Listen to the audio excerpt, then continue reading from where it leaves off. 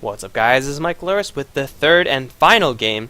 We still have Flower Boys on the Radiant, Tengen on the Dire. Looks like both teams are happy with this setup, and I really like that when there's like, okay, we're both happy with this. Let's get going. Screw the rules. We have happiness.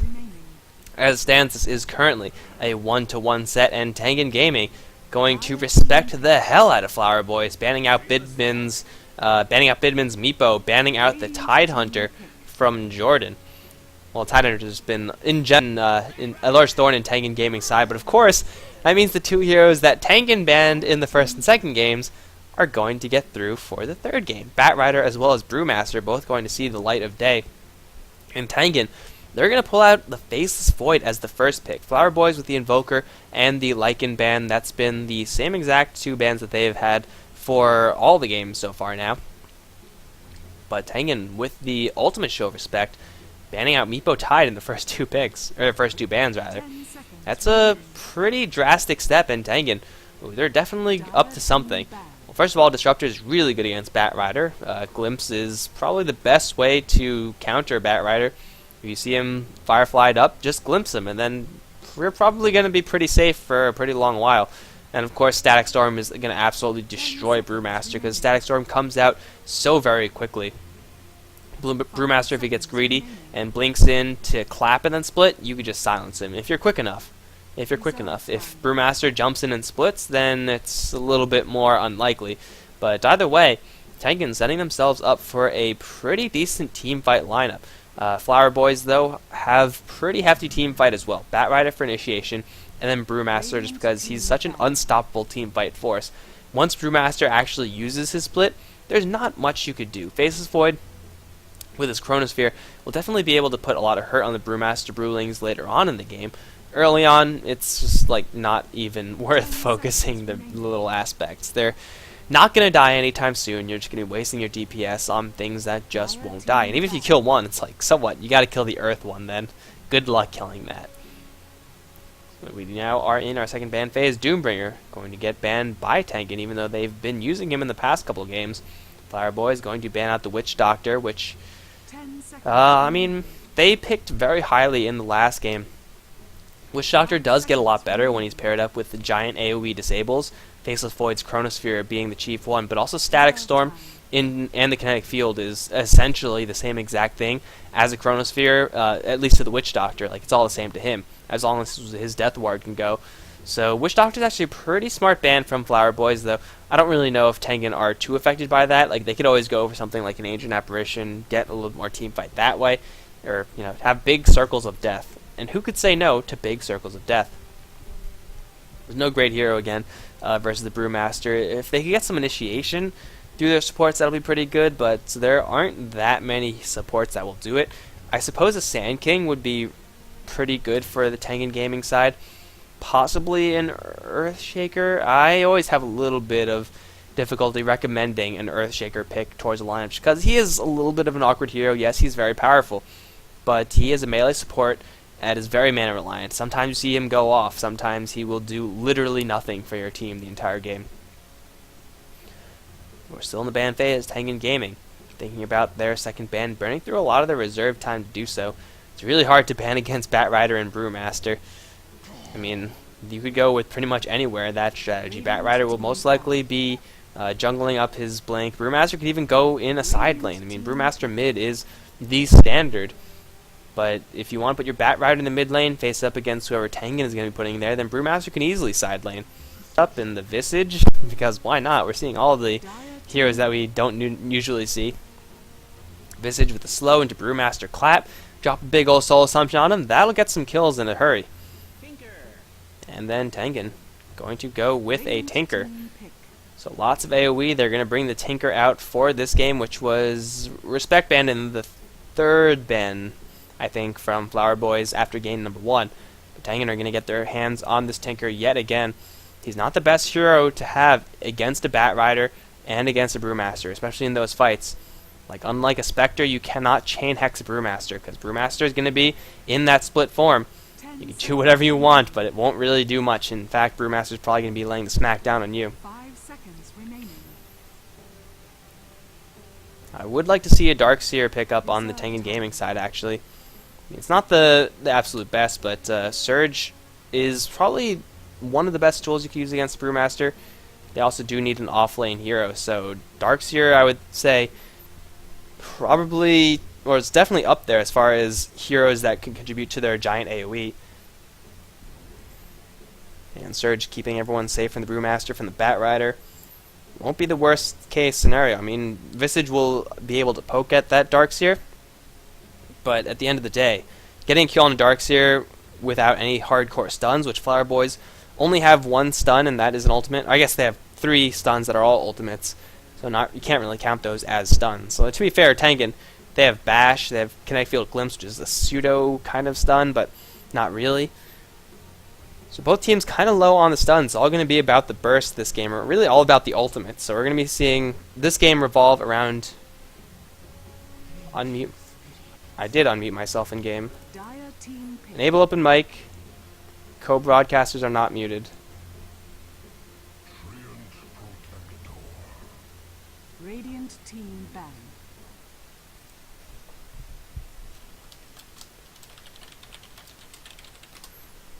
Unless OBS? No, I'm still transmitting sound. Here is that we don't... 10 seconds remaining. I know Havoc's in the lobby somewhere here, but I definitely have mute co-broadcasters off. Reserve time. That is definitely there.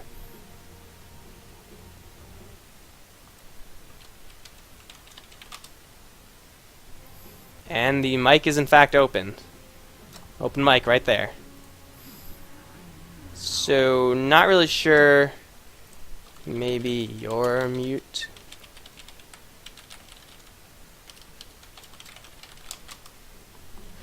Alright, so back to this draft. Tengen Gaming still holding that Tree and Protector, gonna get themselves a... Can't hear... What? As we have a little bit of stream difficulty. I mean, shit, my open mic is clearly working. We got it.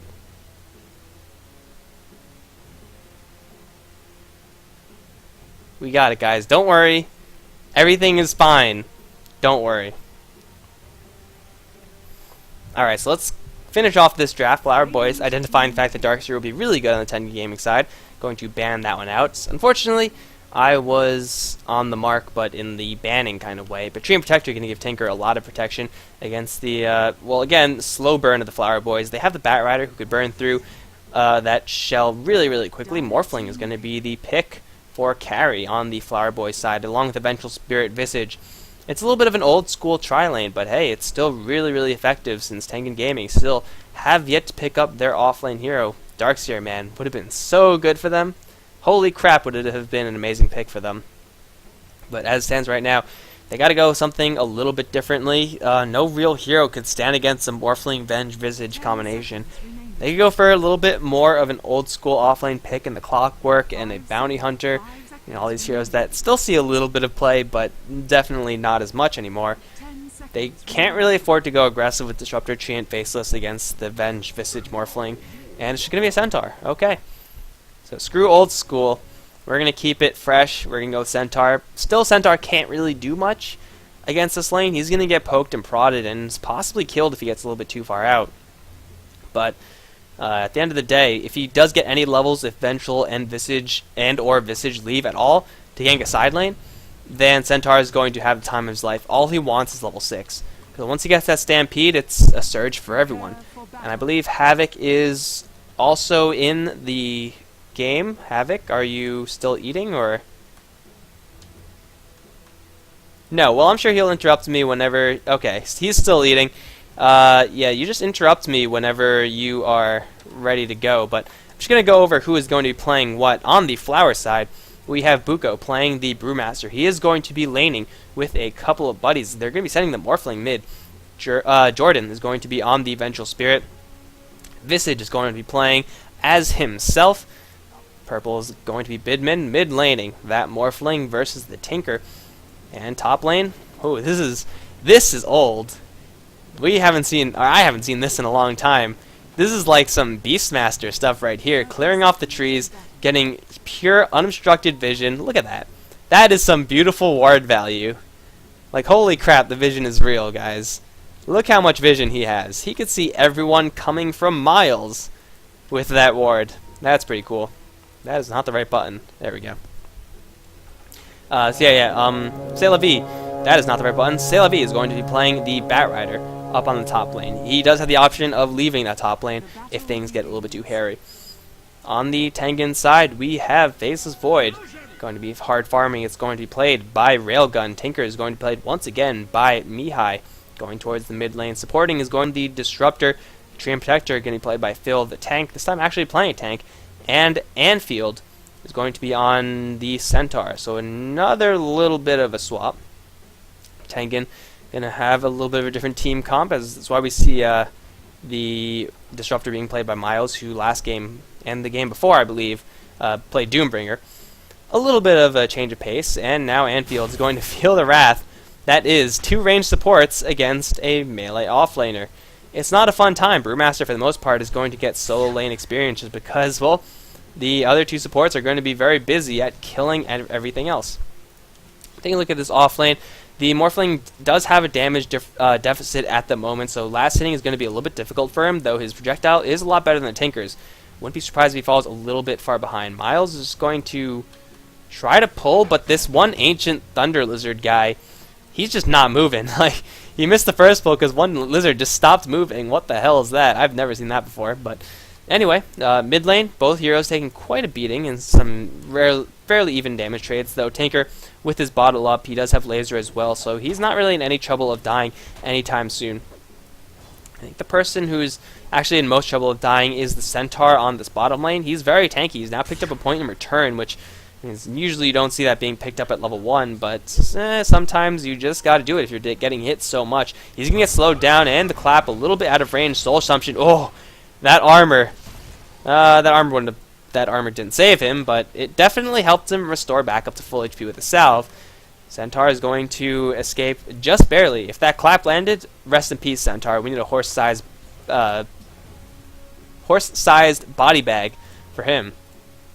Or do you use both the body bag of a horse and a man? I don't know.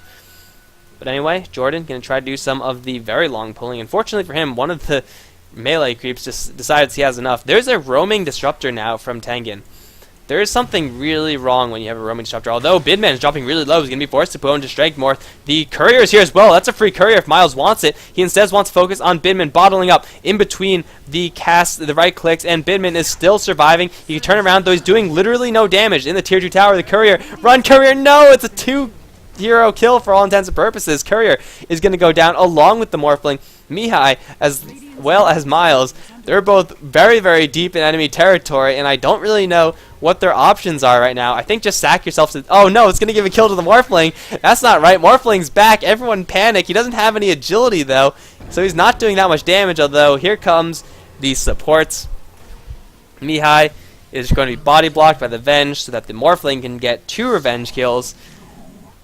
It's a 2 for 2. I count the courier as a hero kill because for all intents and purposes, the benefit that you get from killing a courier is about the same, if not more, than as a hero kill. I mean, it's gold for everyone, so I guess it's a little bit better than the hero kill in that respect, but a 2 for 2 in the end. Morphling does give up first blood, but he comes back and actually collects 2 kills, so it's not the worst situation in the world. But as I was to say, Disruptor as a roamer has a lot to be desired. I don't... What is he? Is he just like slow ancient-ing? That is definitely not what I would expect from a Disruptor pick. I would expect him to be up here, looking possibly for a little bit of aggression versus the Batrider. I mean, yes, the Firefly will hurt once you try to go for him, but you have a glimpse, so the Batrider isn't really going to go anywhere anytime soon. Definitely you'll get a lot more done than just trying to kill this Ancient Thunder Lizard. That's going to take a really long time, guys. Yeah, and the Disruptor, when you're going to be roaming a hero, you want him to have hard crowd control. You want it to be a Vengeful Spirit, a Ogre Magi, something like that. In the meantime, bottom lane, Anfield going to get slowed down once again. This time the clap does land. Big crit. Will it be enough? The armor is going to come through, and it will protect the Centaur once again. The Stream Protector so far has been on the mark with his armor.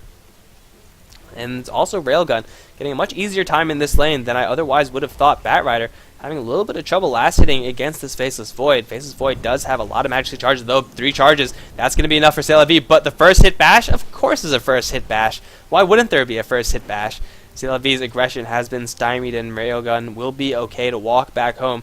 In the meantime, mid lane, once again, this Tengen mid lane has had a 100% win rate, or 100% doing better than the enemy rate, as Bidman is getting outlaned once again by Mihai. I mean, that's the way it has been. Tinker is actually going to go for a little bit of an aggressive nuking build. 2 in the laser, 2 in the missiles, only 1 in the March of the Machines. I mean, usually you would see 3 missiles, 2 laser if you're going to be doing nuking, or 1, 1, 3 if you're going to be doing the standard March build. Mihai kind of taking a middle route. It's a little bit unorthodox, but hey, if he's having this much control over the lane, then it works, and you can't fault him if it works. Well, hey Mike, how's Look it at the going? bottom lane. Hey, Havoc's here. Just finished some nice chicken tikka masala and was taking a look at the game.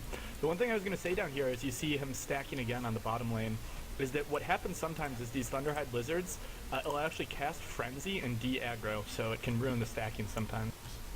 I think that's what happens. Yeah, it gets a little bit awkward, and well, even then, it's like, is it even worth your time when you're trying to do that? Because I believe they only frenzy if you hit the big one. So it's like, just don't hit the big one. Yeah, you gotta be careful with that. I sort of learned it on the small camp too, with a healer guy. If you just don't hit him, there's nothing to heal, and he'll pull out too. Yeah, it's a little bit of an awkward situation, though. Even though that stack, it's now getting going. It's been a little bit delayed. Mihai has been doing well enough so that he's not completely reliant on it. If he was, if the CS scores were reversed, if Tinker was way behind the Morphling, which you wouldn't really expect, but then I would say this is going to really hurt them moving forward. But Mihai's doing fine. He has no reliance on this stack. And meantime, top lane, well, Batrider's playing a couple of games with the very, very soaked in napalm Fill the Tank, but looks like everyone's going to back off for now. Batrider out of restoratives, though he does have Tranquil Boots, so he could stick around in lane, but it looks like instead he's going to decide to go ahead and base. He does have his level 6 up as well. And meantime, smoke up from Vengeful as well as Visage. They know where the Disruptor is. It seems like they're pinging it. Can they actually kill him? It's a tall order. They'll just wait. Wait, maybe they're waiting for oh no, it's a trap! Miles is going to get slowed down. Grave Chill is there. Vengeful Spirit going to drop everything she has, but she does get glimpsed back. And, well, once again, Living Armor doing work for the Tengen side. This tree keeping everyone on his side alive. Meantime, bottom lane, level 5 Centaur. Somehow he's gotten 5 levels. Going to go toe-to-toe with the Panda. But here comes support in the Visage as well as Vengeful Spirit. If this clap lands, the Centaur is dead. Armor or no armor, there it goes. Centaur stun is going to happen. Armor, not in time. He's going to go down just barely from long range. Visage picking up that kill. But in the meantime, Batrider with the lasso. Mihai, better panic. It's panic time because there's the lasso. Bidman's right in melee range. Waveform to secure the kill? No. Just right clicks. That's good enough. And he has a regen rune, so he's going to just pop that, get back to full health, full mana, and then continue farming this lane. Much needed kill for the Flower side.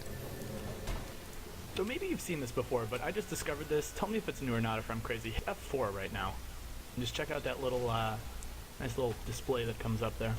I have no idea. I think it might not be new, but I've also never used it before. I'm a shoddy caster, so it's entirely possible it's been there. But yeah, this I mean, is all the doing a F great buttons job do on something. Side Flowers, finding some pickoffs here.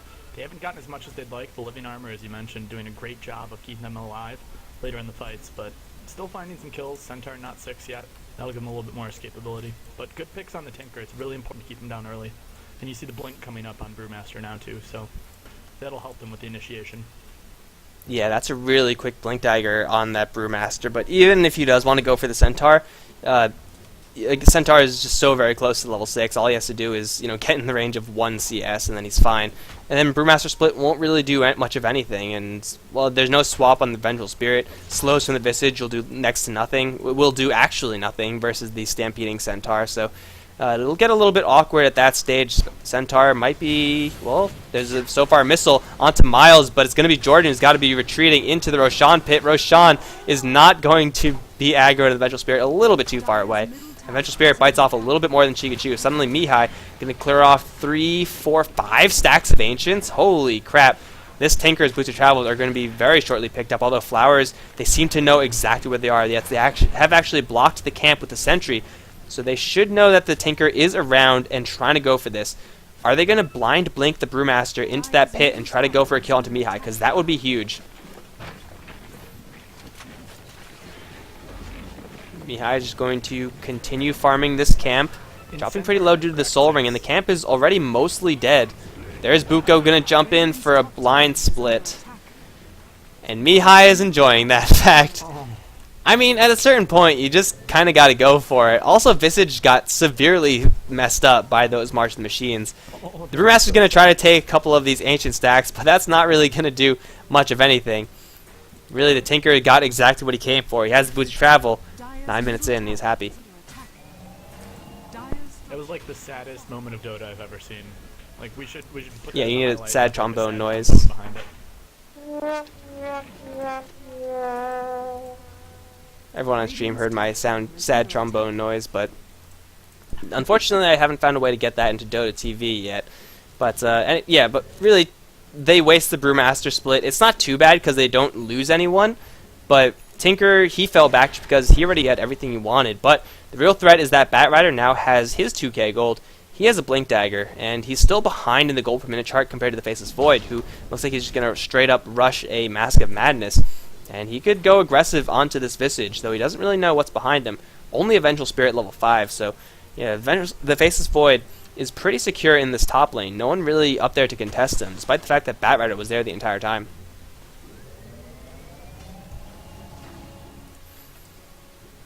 Brewmaster, just continue. Okay, go ahead. And who do you think has the advantage here late game? Because Tinker, I think if he gets ahead, they did get a couple ganks on him early, but he can really control the pace of the game mid game in the same way Brewmaster tends to do, although I think I'd give Tinker a little bit more nukeability potential. Morphling versus Void, I mean, what do you think is going to happen late game? And I say that, meanwhile, Trent Protector picking off Visage top, so another kill going the way of Tengen. Yeah, Railgun actually jumped in onto the Visage as soon as Batrider tried to jump in on him. So it was like a pseudo swap, and then he just dropped the Chronosphere, laid the beat down on Visage, and then that was that. But I think if this does get to a super late game stage, although Morphling is very powerful, the initiation power from Batrider is also very powerful.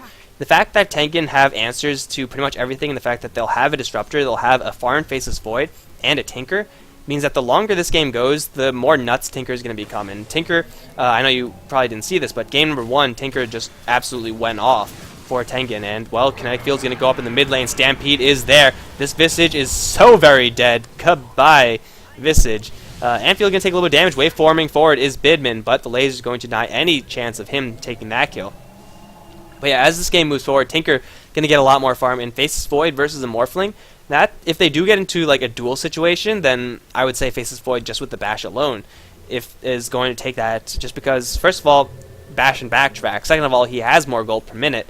And if worse comes to worse, he has a Chronosphere. Mihai going to get brought back into the clutches of Vengeful Spirit, Magic Missile, and that should be the death of the Tinker, though he's a little bit more durable than I would expect. Treant Protector is going to come in and save his ass.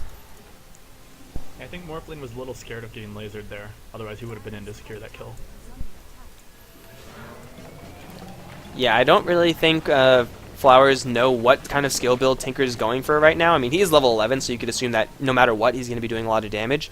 But as I mentioned before, he had at a certain point, he had a 2-2-2 build, which is something that you never ever see. So they don't really know what to be scared of, if it's the missiles or the lasers, so you have to respect any possibility. And, well, that made the Morphling play a little bit more cautiously. So in the end, just going for a little bit of a weird skill build, paying dividends in ways that ordinarily you wouldn't expect. Also, what we saw a lot in the first game was Mihai just farming up these two camps in their own jungle. Hard and medium camps, and sometimes centaurs, kind of counts as both. But what Tengen did in the first game, they didn't exactly have superior late game, and they were just slow and patient. But in the meantime, mid lane, it's going to be a split from the Brewmaster. Mihai is going to be, oh, he's going to blink away in just the nick of time. And Brewmaster's second ultimate is once again going to do absolutely friggin' nothing. It's just so hard to watch, too. We'll see him diving in here. He's actually going to come back in. Glimpse back might help him. Does get him out of range there. Void comes in now, though, and we'll be able to secure this kill, I think, with Mask of Madness. Radiant's top tower it's really hard to watch him do that because it's those little things where you have to know he has a blink dagger, and your first thought has to be not to cast a spell, but to right-click him. Bidman gonna go down here too to a laser from Mihai. Just a little bit of sloppy play there. Tinker very mobile once he has the blink dagger up and running, so gotta make sure to stay away from him a little bit. Yeah, also on the top lane, Centaur is forced to pop his Stampede to keep himself safe versus the Batrider. I guess it was just a blink into Centaur being panicked, and then the Centaur, booked it out of there. But yeah, Tengen finding kills in the early stage due to this farm nature of the Tinker. You got to attribute a lot of that to the huge amount of stacking that the Disruptor, spent all his time for. And Disruptor's level 6.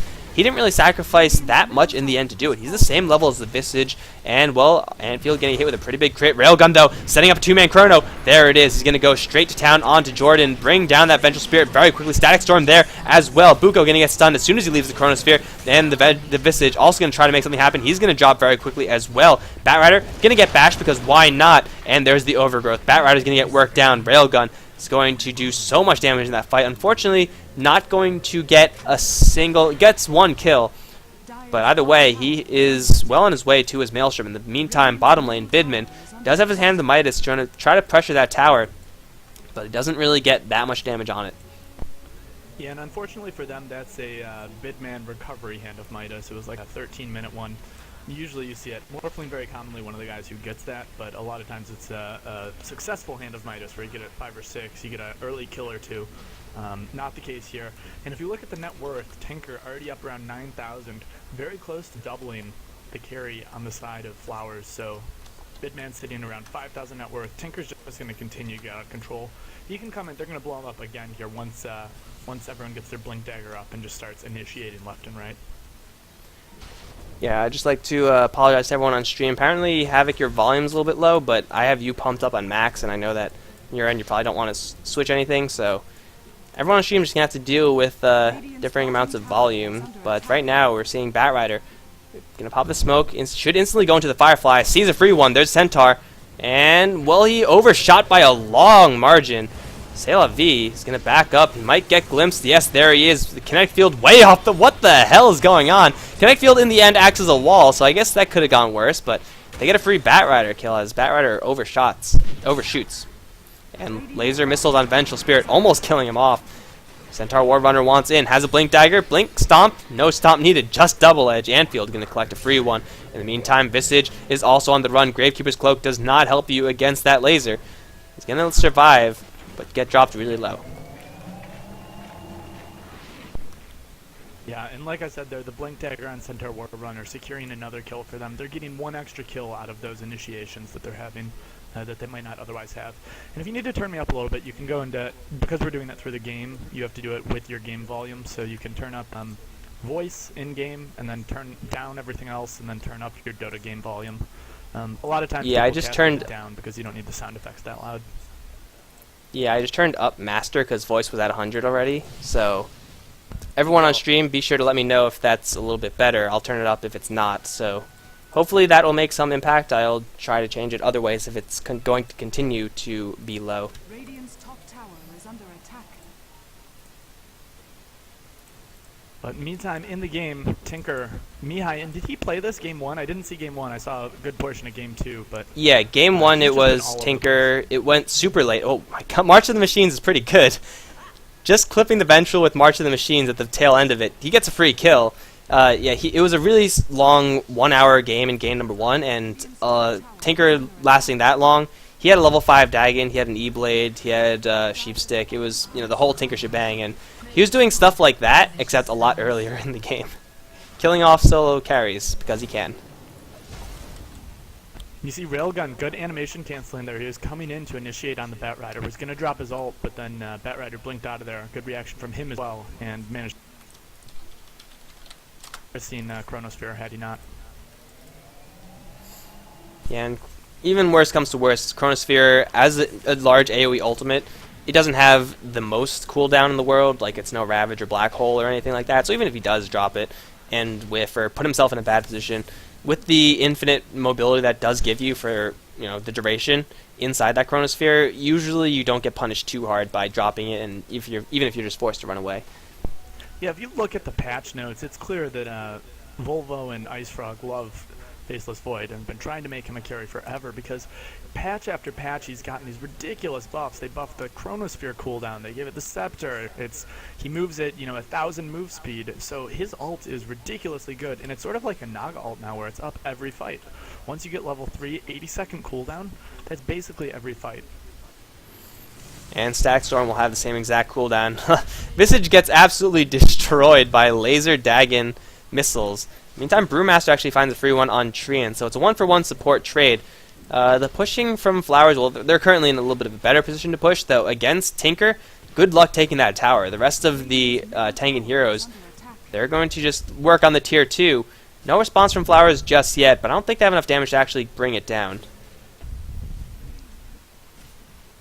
And Faceless Void still has the ult here, so it's going to be really hard to get in on Railgun and do any damage.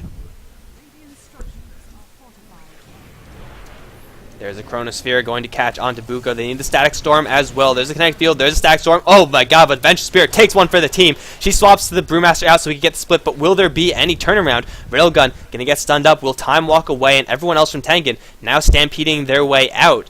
Vengeful Spirit, what a hero.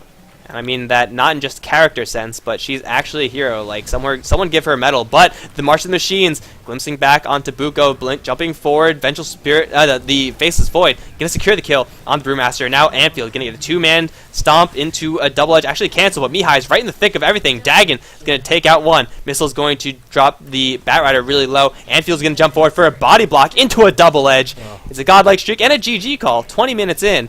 Tengen run a train over the Flower side. Yeah, that game did not go how they were hoping, I think. Everything was wrong. The mobility, they had the Blink Daggers up, which allowed Centaur Warrunner to initiate, and then they could use the Stampede to de-initiate and get out of there, re-engage with it. It was just, everything went wrong for them, so. Great game coming out, though, from the side of Tengen. Really controlling it all around. And Tinker, oh my god. March of the Machines, OP. Yeah, March of the Machines is game. That's a terrifying skill, but yeah, of course the game would end as soon as I fix all the audio.